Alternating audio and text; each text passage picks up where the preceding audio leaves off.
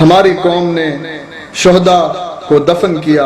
اور وہاں سے انہیں یہ امانتیں حاصل ہوئیں، اور اب ہمیں حضرت امام حسین علیہ السلام کی جانب سے یہ بشارتاً حکم ہوا کہ وہ امانتیں آپ کے حوالے کریں۔ اس طرح ان دو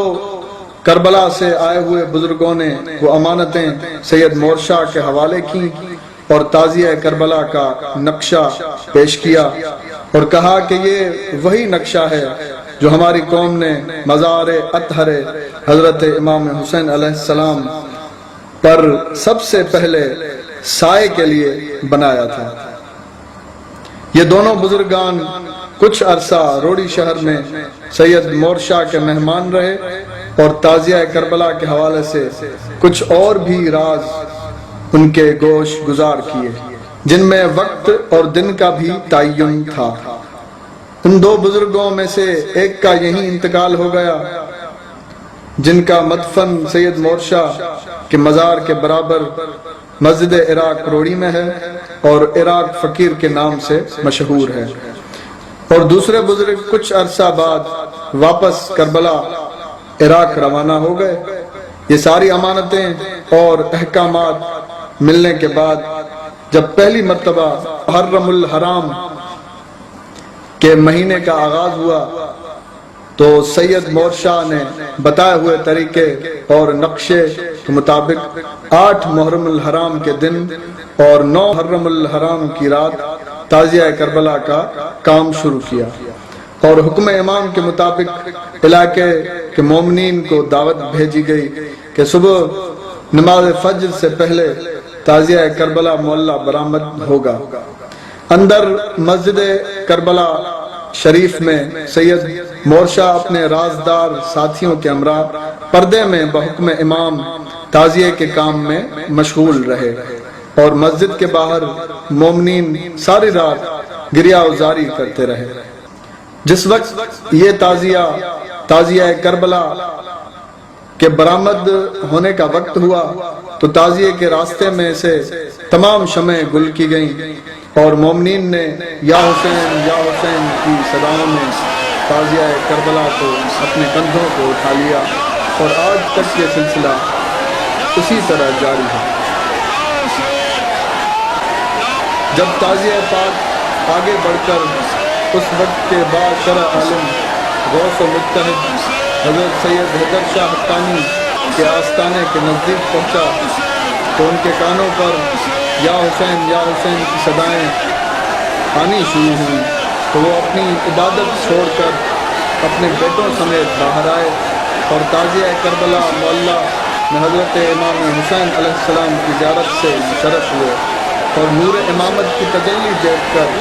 والہانہ انداز میں اپنی قبا اتاری اور تعزیہ پاک سے کندھا دیا